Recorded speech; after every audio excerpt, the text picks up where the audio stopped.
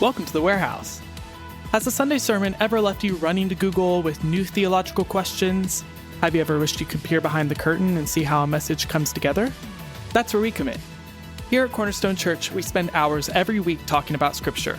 This is the place to learn about passages, dive into their context, and study the Bible's cultural background. Come to the Warehouse, where we extend what you learn from the stage. Hello and welcome to the podcast. I'm Nathan. Right over here is Stephanie. Hello. Here's Morgan. Hi there. It's just very, So it's just very NFR. Oh. How's it going, guys? Oh, how did that happen? Wait, I have to quit. You don't have to quit. You can keep I think I'll talking like stop. that. Okay. Stephanie, you got the question brought to us by Luda, Chris, Cheryl. Oh, I love it. What's our question? What is your favorite ride at a theme park? I love this question. Yeah, that's good. When you guys think of a theme park, what theme park do you think of? I go to Holiday World almost Me every time. too. Yeah, that's where my brain goes. Do you think Good of Six job, Flags? guys. I bet you think of Six Flags. No, the I think of Pearsons. Holiday World. Oh, well. Really? Yeah, because that was the last place I went with the Pearsons. Was Holiday World. Mm-hmm, Okay. Mm-hmm. What about for you, Morgan? Favorite theme park ride? I'm going to let people down. I actually am not a huge fan of theme parks. Yeah. I listen. But I do love a water park, which is why I love Holiday World so much. But So you have to wait so long in the line. Okay, so what do you like at the water park? Every one of the slides Just is lazy great. river. Yeah. I don't know if you guys have done this thing, but you can like just chill on a river and Go There's the round and round and pool. round. Yeah, I love the Mammoth, Little that ride. sprinkler. Yeah, Yeah, that one's fun. I think it's one of the best rides in general. What is it? Any theme park. It's the big inner tube Yep. that you get on. I think it's up to, I think you can get, Like 8 people or Yeah, something? almost 6? 8 people on it. And it's a water coaster. Mm-hmm. I yeah. like the cheetah run. That one's not bad too. Yeah, I like it. Okay. Yeah, I just think the Mammoth is more worth the wait. Oh. And they're all every time. I mean, to get on those Yeah. water coasters, it's like an hour plus. It's craziness. But For like 2.5 minutes of Yeah. ride. Yeah. It's a lot of fun, though. I do. I Those mean, are fun I agree. rides. I enjoy it. I love just a straight up roller coaster. Okay. Like the Voyage at Holiday World, that first drop is like 200 feet, Yeah. and I love it. Mm-hmm. So like whenever it was like brand new, I remember we went, and it was one of those days that like it rained just enough to cool it down and scare everybody off. Yeah. So we just got to ride the Voyage like several times in a Wow. row without anybody else in line, and I really loved it. Yeah. I do. Go ahead. Looking at it makes me pee myself. It's amazing. Yeah. So I love that kind of thrill. I cannot do any spinny rides at all. It makes me very dizzy and nauseous. I can't do any drop rides. Oh, really? Ooh. Those, mm-mm. Like- Nope. Like where they take you all the way up and then okay. they go. Oh, poof. like the Tower of Terror or the Elevator. Yeah. I've been in the Tower of Terror, but they're not my favorite. No. Especially if you're outside and you can see yourself dropping. I don't like that at all. And I can't do spinny rides ever since I've had children. Like, I will get instantly nauseous. But my favorite ride is like roller coasters, the Voyager and stuff like that. Yeah. And then their new ride they had. I haven't been. I can't think of what it's Is called. it the roller coaster? Yeah. The Thunderbird? Is that the brand new one? Yeah, Yes. the steel one? Okay. Yeah, Yes. that you kind of let your legs dangle. Uh-huh. Yeah. That terrified me, but I did it. And it was fun. I rode that one once. And did you like it? No. Okay. Because you don't like Alright. roller coasters. Yeah, I have a really, really irrational fear of land rides, and I don't know why. I mean, I can kind of get it. Yeah. I get it. I feel safer on the water rides. It may not be any safer, but I feel safer. It You feels just like make- if I fell, I would still fall into water. Yeah. Something would catch me that wasn't concrete. really not off topic, but wave pools. How do you guys feel about them? I liked them more before I had kids. And now like they always want to be out there, but they always want to go further than they should. Yeah. And then they just all of a sudden realize they're in over their heads. And And it then just- literally water's going over their yes, heads. and they're freaking out Yep. and stuff. So then you have to pull them out. Anyway. Yeah. For myself, I think they're kind of fun. Okay. I don't typically participate in the wave pool. Yeah. I don't really have a reason not to or to do it, I guess. Yeah. I think they're quite terrifying. They don't scare me. I just... No, I don't Do you like them. the ocean? Nope. Okay. That No, checks out. I don't like the ocean because of the salt water. Oh. I like ocean. I like the ocean. I like ocean. I like ocean. Okay. Like ocean water from Sonic? Not so much that. Oh, okay. I mean, it's fine. You don't I've like had it coconut? once. I don't really like coconut flavored things. Wow. High five. good. It was perfect. All right, It was really we can good. move on Okay. now. 5 minutes. We are in Grow, week 3, Matthew 25, 14 through 30. Let's talk about some big ideas. Morgan, what you got? Use what God has given you to the fullest. Yep. Stephanie. Grow what God has entrusted to you. Don't waste what he has given you. Mm-hmm. Mine, you'll be held accountable for getting the job done. Get her done. Get her done. Okay. Yeah, this is the parable of the talents. Yep. And it's one of my favorites. I find like several things about this parable to be very encouraging and challenging and helpful. Yeah. So I'm excited about this one. What do you guys have context-wise for Matthew? So I have that this takes place between the events itself. This is not when Matthew wrote it. This would have been like what he's writing about. So around 10 BC to 40 AD. And it's Jerusalem, Judea, Samaria, and the surrounding Greco-Roman area. So that is when he is writing it. I mean, What he's writing about. Yes, Yep. yes. And it's written anywhere between 50 to 90 AD, but I would lean closer to the 55, 65 range just because we don't see the destruction of the temple. Yeah. I think a lot of people who think that it was later kind of discount the idea that Jesus could have been prophetically talking about the destruction of the temple. And so they say like Matthew must have written it later and kind of put those words back in Jesus' mouth because, which, you know, that kind of, it discounts the miraculous nature of who Jesus was. Yeah. What else you got? Matthew prioritizes, he prioritizes a Jewish audience a lot. Yep. And especially demonstrating that Jesus was like an authoritative interpreter of the law, like Moses, that he was a king in the line of David. There's another major type. I'm losing it. Okay. You said But- Moses, Yeah, Moses and David and Abraham. maybe that's the new Abraham. Anyway, Mhm. yeah, but these major themes of demonstrating Jesus as the Messiah and the one with authority. Yep. Yeah, some of the things that I saw, just like phrases and stuff that he would use that would appeal to a Jewish audience was, well, not just a phrase, but he starts with the genealogy with Abraham. So Yeah. that would have been something that Jewish people would have not only understood, but they would have looked at that and been like, yes. And then he also refers to Jesus as son of David frequently, and is a more commonly Jewish phrase, kingdom of heaven instead of kingdom of God. Yeah. And we'll get to hear a little bit more about kingdom of heaven as we get into this. Yeah. Yeah, some high points that I think of whenever I'm thinking of Matthew's, we see the Sermon on the Mount in this. So Sermon on the Mount is chapters 5 through 7. So it takes up a big point. And, you know, last summer we actually spent a whole summer going through the Sermon on the Mount.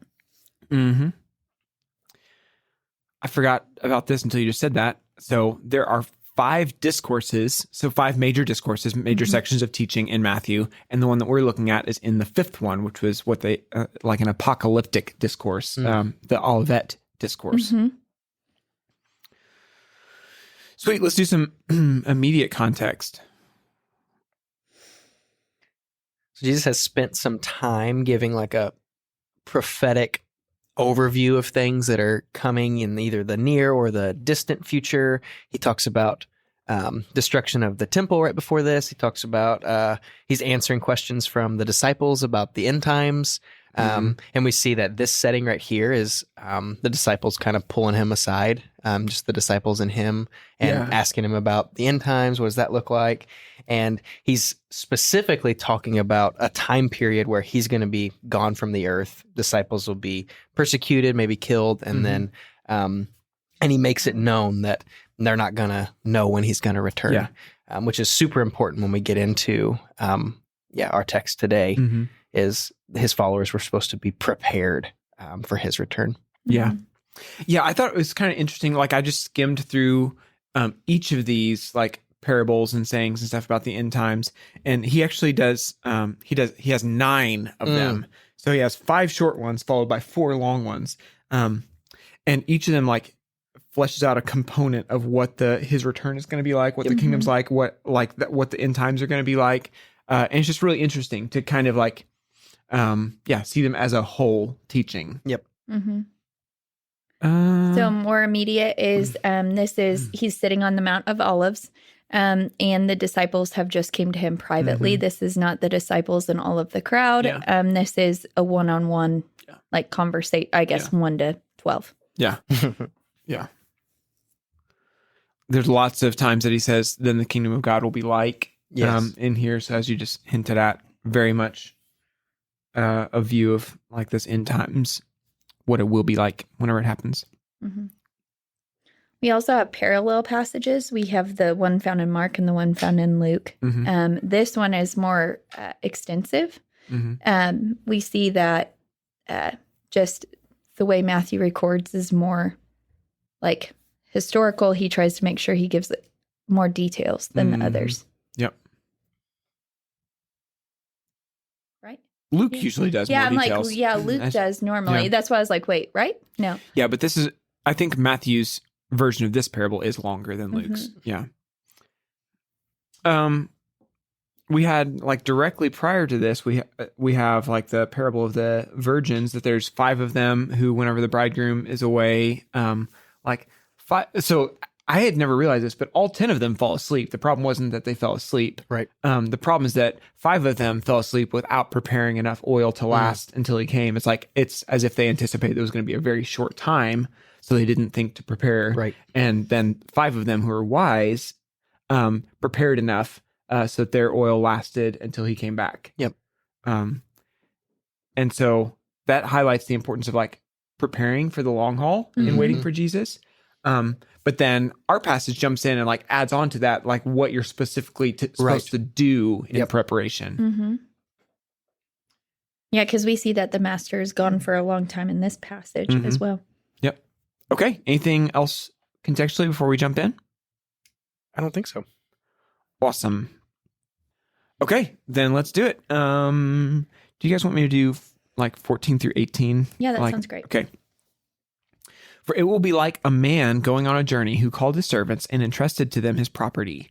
To one he gave 5 talents, to another 2, to another 1, to each according to his ability. Then he went away. He who had received the 5 talents went at once and traded with them, and he made 5 talents more. So also he who had the 2 talents made 2 talents more.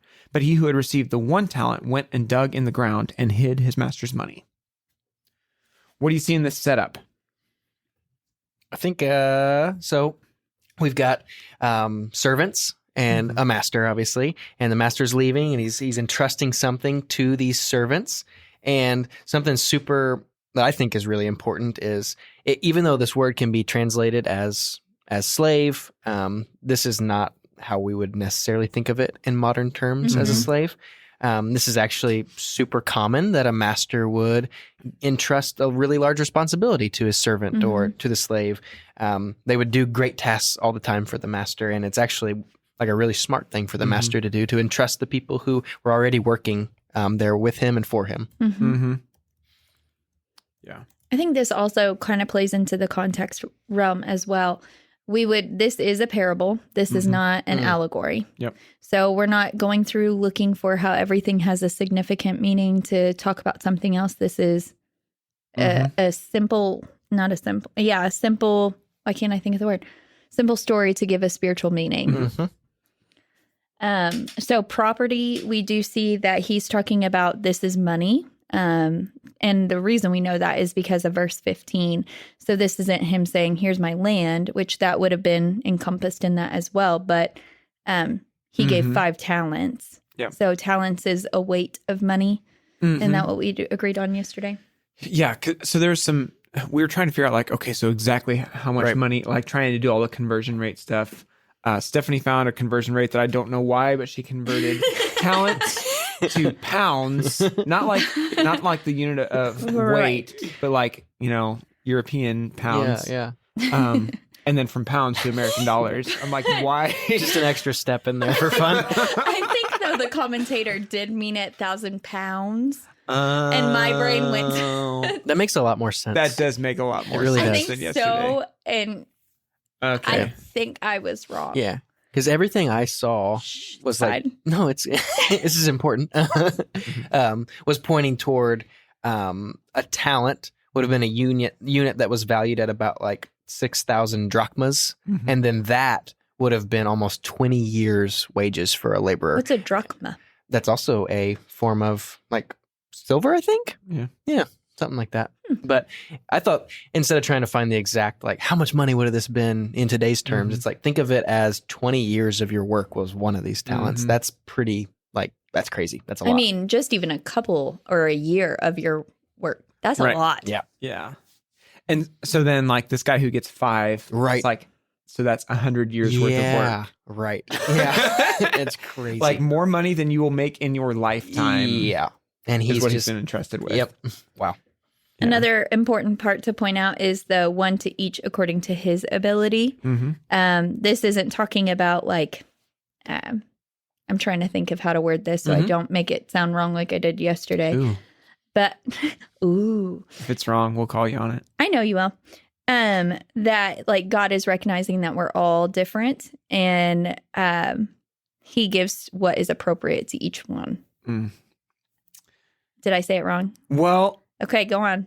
just keeping this in the realm of the parables, I wouldn't take it to God sees that we are each different. I would say that the master in the Yes. story recognizes that each of his servants has Yep. different levels of ability. Mm-hmm. So just it's not a And- wrong application to No, say but that God yes. sees us. Yep. No, you're right. Thank you. Yeah, no problem. Yep. Again, so I mean, this is kind of foundational, but like the first phrase, for it will be like. So first thing we have to ask is like, okay, so that for, like, what's it referencing? So it's referencing earlier whenever he said, then the kingdom of heaven will be like, and then he's giving another, he's just tying back to that. He's tying this story onto that. The kingdom of heaven will be like a man going on a journey.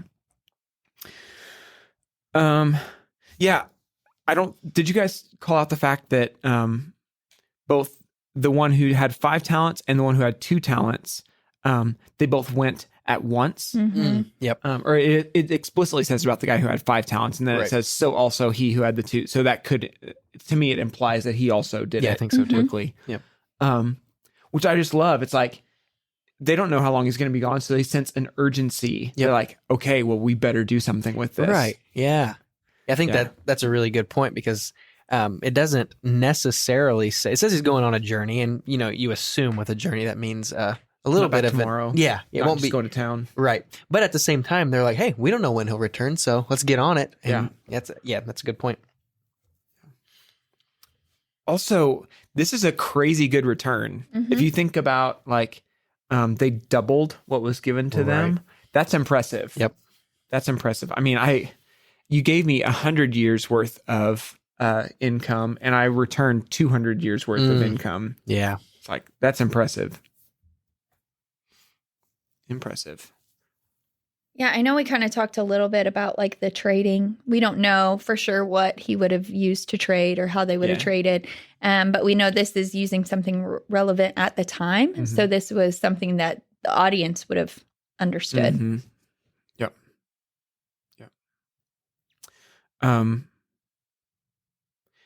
And then, so often in parables, we have sets of 3. That's a very common teaching technique for Jesus.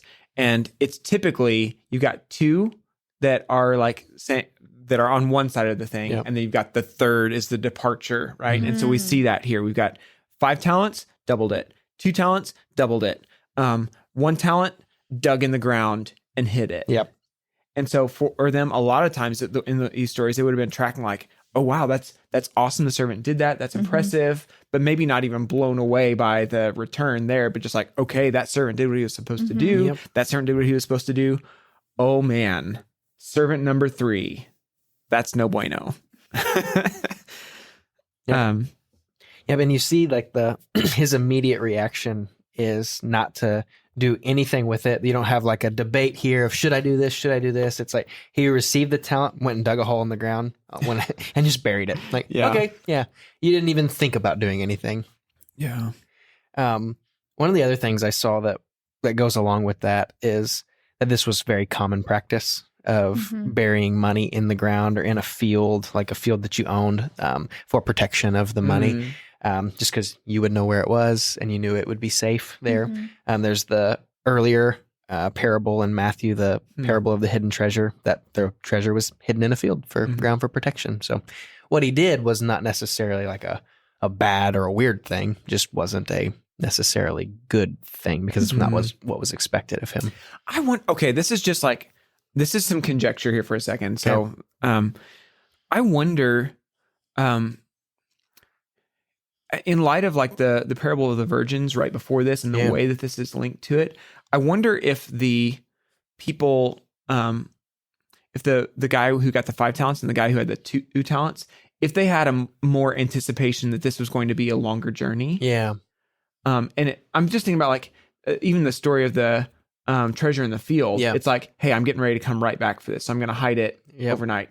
If it was going to be a long-term investment, if it's going to be a long time before you come back, then it's like, I probably don't want to bury it. I just wonder like if there's an element of their expectations of time in this as well. Yeah.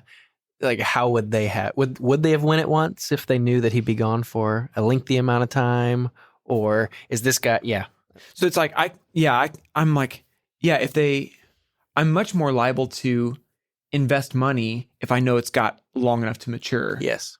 Versus like putting it somewhere, like, why am I going to invest this money if I'm pulling it back out of the market tomorrow? Like that doesn't make sense. Right. Yeah. Anyway, I don't know, just some conjecture. I'm thinking if we're looking at like the whole parable as a whole, like thinking of he would have known the expectation that the master had for him, because we do see that element later on in the conversation. So regardless of the length of time that he was going to be gone, if the servant knew that or didn't know that, he knew the expectation that the master has for him. Yeah. I'm just tying it up, and this may be off. So this wasn't something we talked about yesterday. I'm thinking about like, because of the previous parable of so all of the virgins knew the expectation of them, which was to be ready for the return of the bridegroom. The problem was that they had a wrong anticipation of how long it was going to take. So some of them prepared just a little bit, but didn't prepare enough. And the others that were in it for the long haul prepared adequately. So I don't know. I just wonder if there's an element of, as we think about the potential motives for the harsh words that this guy gets. I don't know. Also thinking, like to throw a little context into the bridegroom scenario as well, that was also something that was very common in that time, in that culture, for the bridegroom to go away and then to come and get the women at nighttime. Like that was very common. So I just think it's really neat how he's using things that they would totally understand. Yeah. So. Okay. Anything else in this first section? I don't think so. Yeah, I think we hit most of the points. Okay, let's do the next section. I'll do 19 through 23. Now, after a long time, the master of those servants came and settled accounts with them. And he who had received the 5 talents came forward, bringing 5 talents more, saying, Master, you delivered me 5 talents. Here, I have made 5 talents more. His master said to him, Well done, good and faithful servant. You have been faithful over a little. I will set you over much. Enter into the joy of your master. And he also who had the 2 talents came forward, saying, Master, you have delivered to me 2 talents here. I have made 2 talents more. His master said to him, Well done, good and faithful servant. You have been faithful over a little. I will set you over much. Enter into the joy of your master. He also who had received the 1 talent came forward, saying, Master, I knew you to be a hard man, reaping where you did not sow and gathering where you scattered no seed. So I was afraid, and I went and hid your talent in the ground. Here, you have what is yours. I know I read a little bit further, but I wanted to like get all 3 servant responses in there. And then we'll finish up with the master's response. Okay, what do you have in this section? So, one, we know that the master was gone for a long time. And I know we hit on this a little bit ago, but they may not have known how long the master was going to be gone for. And then I just thought this was really cool. A commentator imagined the scene of it like this, where the man's eyes are sparkling, the one with the 5 talents, where he's just so excited and full of enthusiasm, where he's like excited to show the master, like, look how much I'm bringing back to you. And I just think that's a beautiful picture for us Even to like imagine. excited for his master to come home because he's like got something to show for it. Yeah. Which, I mean, I imagine that with my kids when they've done something really cool, they can't wait to show me. Yeah. Love that. I think the thing that stands out the most to me is the response from the master to both of them, that he didn't look at the one who returned 5 in a higher regard than the one who returned 2. So they both get the well done, good and faithful servant. Yeah. And you just see that they both received praise. They both received that gift / kind of blessing, enter into the joy of your master. And it's just really cool that it's because they took what they were entrusted with and were faithful. He wasn't like disappointed that the 2 didn't get more. I think that speaks also to like, he knew what they were capable of. That's why he gave 1 5 and gave the other 2 and gave 1 1. He knew that they were capable of handling that much. Yeah. It's cool. So I had a Spurgeon quote where he says, "This is not the servant's portion, but the master's portion shared with the faithful servants. Not so much that we shall have a joy of our own as we shall enter into the joy of the Lord." I just thought it was a really good, like, tying in the fact of like the master is giving his portion as well to the servants in this. In which part? In verse 23, enter into the joy of your master, that portion. And then the faithful over little, I will set you over much. Like, he's giving them more of authority than they had before. And I think, so actually, Nathan, you taught this to me as like a parent, but with my children, one of the things I do is like, I trust them with a little. And then if I can trust them with that, I give them a little bit more. And I really like that. Yeah, that really is just a universal principle that can be applied. Whether you're thinking kids or maybe employee or something like that. Like, it's a good way to look at it of, here, I'll trust you with this. Yeah. And then, oh, wow, you impressed me. You did an awesome job and I can trust you to do more. Yeah. And I frequently have that conversation with people because sometimes we'll have people talk with us that are like, hey, I want to do this big thing. Yeah. And a lot of times, like, what I will encourage them towards, like, hey, so what are you doing, like, in the small, how are you being faithful in small things right now? Like, because this is the way we think about it. We think Jesus' leadership model involves being faithful in small things and being entrusted with more. Yeah. Also, one of the commentators pointed out how like this was a change in status here too, with the asking him to like enter into the joy of your master. So we know that the servants at this time would have been like within his household, but there would have been this more. Right. I just wonder, like, a lot of times it's like part of the household, but like even Jesus, whenever he talks about the servants of the household, like they work all day and then come in and still wait table for the master and everything. It's like, I wonder if this is an experience of like inviting the servants to sit down and feast with him and stuff versus like waiting on, I don't know. It's just a cool picture. Yeah. There's definitely something there of it being different though. Like it's something special that they're being invited into.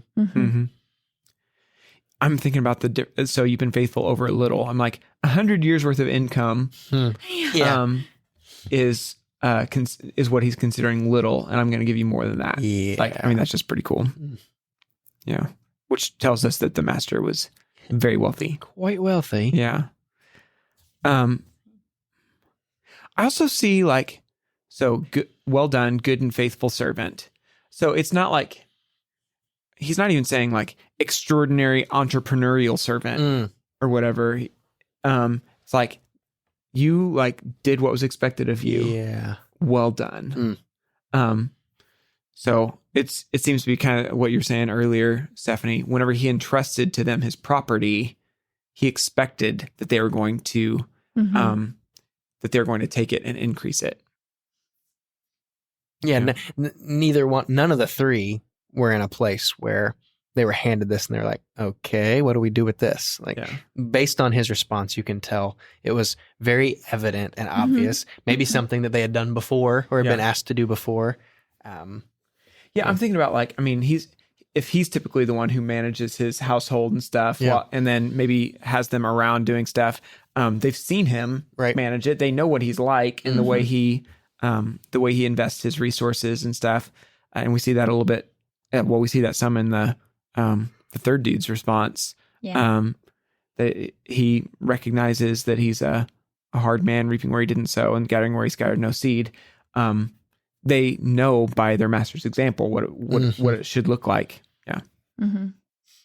Yeah, there's definitely some blame shifting that the third one does, where he's like, I knew you to be a hard man. So he's like blaming the master for his own lack of responsibility, which he knows was entrusted to him. Yeah. I think something that like stood out to me this time is that in all three cases, the servants recognized that this was still the property of their master. So the guy who made 5 more, he gives all 10, like the original 5 and the 5 that he gained, back to the master and says, "Here you go. This is yours." And doesn't like claim a commission on it. Doesn't like keep any of it for himself, but recognizes like, I used my ability to increase this, and that was what was expected of me. Here you go. And then the third servant, I went and hid it in the ground. Here's the one you gave me. It's yours. Yeah. And there's also this like point for me where I kind of could see that for the third servant. Like, yes, like we know that there's an expectation there for him. But to have that much money, like I would be scared I'd lose it. Yeah. So I kind of understand his like wanting to be safe with it and bury it. It seems to be, there's some question of like what's motivating him. Is it, he says here that it seems to be fear, right? I knew you're a hard man, reaping where you did not sow, gathering where you scattered no seed. So I was afraid and I went and hid your talent in the ground. I'm skipping ahead just a little bit, but then the master also calls him slothful. Right. So it's like, is it fear? Is it laziness? Is it laziness motivated by fear? Yep. Right. Which I get that as well. It's like laziness and fear together make a pretty crippling combo. Yeah. That was where, again, I don't want to jump too far ahead, but that was where it really clicked for me yesterday as we were discussing it, was the master's response to what the third servant says. He doesn't say like you fearful servant. He calls him slothful. So it seems like there's this from his response where we see where he's calling the master out and trying to blame the master for it. He's like, okay, well, if you thought that, then why didn't you do anything if you think I'm just this cruel, mean guy? Yeah, that should have been more motivation. Right. Yeah. So I had this question going into this, like he says, I knew you to be a hard man, reaping where you did not sow and gathering where you scattered no seed. So I was afraid. What do you guys think about, and we had some conversation about this. What do you guys think about, what's he saying there about the master? What's it mean that he reaps where he doesn't sow and gathers where he scattered no seed? So the way I kind of like interpreted it was, that sounded weird, but was that he knows that the master doesn't do this work, that he does the work for him. So, okay, so it would be you reap, but it's your servants who sowed it. Yes. Yeah. Yeah, that's how I read it, is like he knows this is what he does. Like he goes out, he does, he has them do the work for him to make the money. Which would be kind of like potentially accusing him of being like greedy or abusive, or just stating a reality that like, you're an entirely different class than I'm in. Right. I don't know. I'm just trying to think of like, what is the accusation he's leveling against him? Yeah. At first, whenever I read this, I thought the reaping where you did not sow, I thought that was about like him saying you're a blessed man. So even the fields that you didn't sow spring up. And so you like, I see that you, wherever you look, you make money.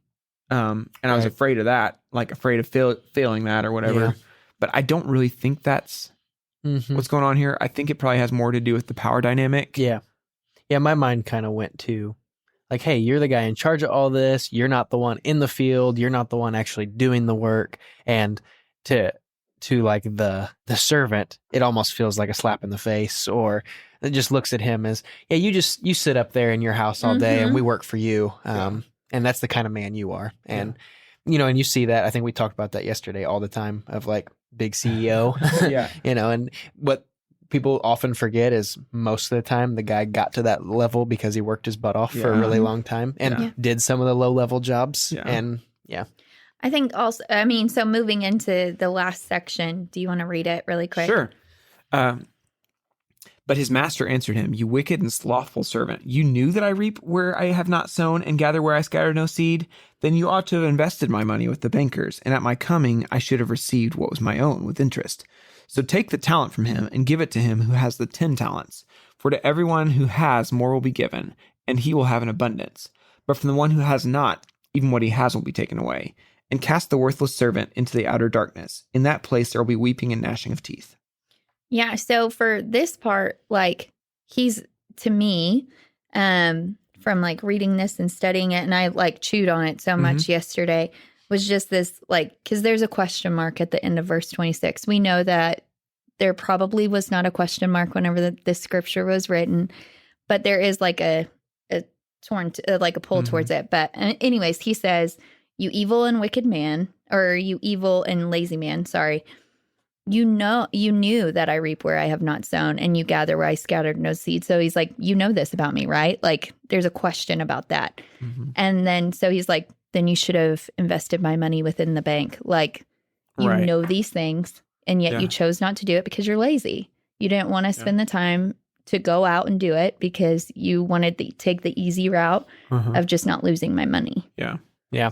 And that little part right there is what I was talking about earlier, is what really clicked for me, is he calls him wicked and slothful, and then he says it in this question form. And it almost, I think we talked about that, where it's not necessarily affirming what the servant said. We don't actually see him being like, I am that. Right. It could be more read as like, that's what you thought about me, and then you did this, like, and then calls him out on his excuse of, well, your excuse has no logic to it then, because your excuse is that I'm going to come back angry and mad and this and that, and I do this. And he's like, and you buried it in the ground? Right. Like, you should have known I would come back and expect more. You're just saying you were scared, and you were just lazy and you didn't want to do anything. And then so what does he do? He takes the talent from him and gives it to the one that has 10 talents now. So why him and not the 2 talents? If there's like no difference in between the two, they get the same response. But why do you think the 10 talents? I don't know. Oh, okay. I don't really have an opinion. I mean, it's like from the story format, I think the main thing that he's getting at is that the one who has, and it says this, the one everyone who has will be to him who has will more be given, and he will have an abundance. But from the one who has not, even what he has will be taken away. So I think that's the main point. It's like, you got to give it to one of the guys. It makes sense to give it to the guy who like had the most. Sure. Yeah.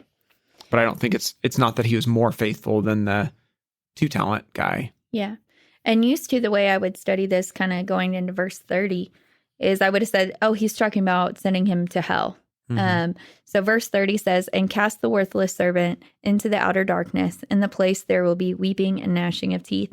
And that's not possibly what he was talking about, like hell. Yes, there could be that underlying factor, but what he's talking about here is like, this servant would have been in the protection of the master's home. He would have been taken care of, even though like being a servant wasn't the best thing. It also wasn't the worst thing. For him to be out in outer darkness, that would have been like out of his protection and safety. Yeah, and also outside the party that his friends are enjoying, like the joy of their master. Yeah, so I'm with you. It's like, as we interpret parables, we just want to be careful. So we don't want to jump too quickly to like, okay, so the master is God and we're the servants, and the talents are this, and then this means the joy of the master means heaven, and the outer darkness means hell and stuff. And it's like we can really quickly kind of like go through there and assign values to everything. But it's like if we're not careful, sometimes we end up assigning a wrong value to something. Most of those I would say are probably true, I just ran through.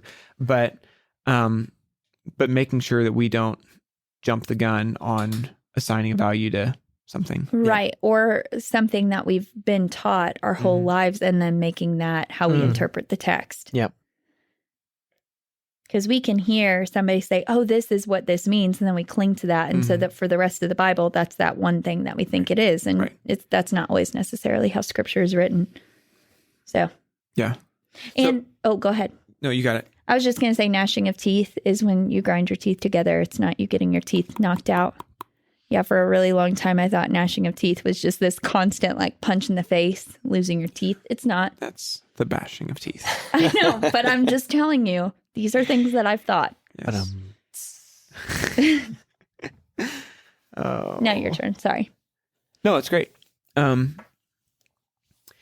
think if we go straight to, okay, outer darkness, gnashing of teeth means hell, then we say, so this is how God decides whether people get into heaven or whether they get cast out into hell. It's like, that's not necessarily what's happening here. Right. Like specifically what he has in view, he's talking to his disciples, not just to the crowds. And he's giving them an example of servants who are faithful and servants who are not. The servants who were faithful received a very positive commendation, and the ones who were not received very negative. So what he's trying to do is instill this idea of like, you have to like, I'm getting ready to go away on a journey. You're going to be entrusted with things that you need to be faithful with. Yes. Yep. Yeah. Like in the simplest form, it's faithful with what you're given. Good. Yeah. Not faithful. Bad. Yeah, exactly. So then taking it further into like, okay, so if, so then if I'm not faithful with it, do I go to hell? It's like, that's not the point of Jesus' message. Right. Yeah. He's saying that it's bad. Just bad. Yeah. Yeah. So this is like I'm trying not to. Yeah. So if we're taking it more into the application realm, Sure. This is saying like, man, in every aspect, in every way, we have been gifted or rewarded or given something, right? And we're supposed to use it to the best of our abilities to further the kingdom. Yeah. So I think the first step of application I would make is we are servants of a master, and we've been entrusted with something that whenever he returns, he will expect a return on it. So that's the first thing. That's the first step of application, and then the next step would be, so what have we been entrusted with? Right. Like, what do we know from the truth of Scripture that we've been entrusted with, and what would they have understood that to be? It's like, and it's at least the truth of the gospel, the message of the kingdom that they were supposed to do something with. They're not just supposed to sit around on their hands as his disciples. They're not just supposed to sit around on their hands and wait for him to come back and bury it in the ground. Right. It's similar to the like, no one lights a lamp and then hides it under a basket, right? Like, that's dumb. Hide it under a bushel. Yes. No. You said yes. No. The answer is no. No, because I'm thinking of Yes, the do that. bushel. But remember how I thought it was a bush Yeah. last year? It's fine. I thought a bushel was a bush and it's a basket. Because if you hide a light under a Okay. bush, it would catch on It would fire. catch on fire, and then you've got a Moses situation. God. Is that And I'm you? just like, man, you've been burning some bush. Okay. So then in this, it's at least the truth of the gospel that they're supposed to invest. Yeah. But also, I think whenever we see from Scripture, we also see what else have we been given by God? We've been entrusted with spiritual gifts. Yeah. We've been entrusted with like financial resources. Yep. We've been entrusted with the gift of life and time and relationships and just natural abilities and stuff. And so I think it's totally fair to expand that out and say that everything that we have is a good gift from our perfect Father who does not change. Yeah. And he like expects us to use it Yep. for the return of like gospel advancement. Yeah. Yeah, that's good. Yeah, I had a very similar like takeaway from it is, everything that I have, it's not mine. It's been given to me. And so in return, how can I use what I have, whether it's resources, whether it's ability, whether it's money, whatever. How can I use that to further the kingdom of God is kind of the expectation. And that should be the way that we view the things that have been given to us. Yep. Is like, how can we utilize this to further the kingdom? And then there's also this, like, for me reading this like stepping out in faith of knowing that he's going to be faithful to us. Not saying that we're going to get this huge amount of money back or anything like that, but sometimes like taking those risks for the Lord is worth it. Yeah. Yep. I also think there's something significant with the 5 and the 2 getting the same like commendation. Yep. Because I think we can have a temptation to look at someone else and someone else who has a different level of ability. Yep. It's like, if he's saying that is just the reality of the way the world works, it's like, this person may always be a better like guitarist or vocalist than me. They may be a better speaker, presenters, theologian, whatever, like all these things. They may always be better than me. Like, I'm not judged based on their ability. I'm judged based on what's been given to me. Yeah. Yeah. I think I brought this up yesterday, but maybe this may like touch a podcaster in some way, shape, or form.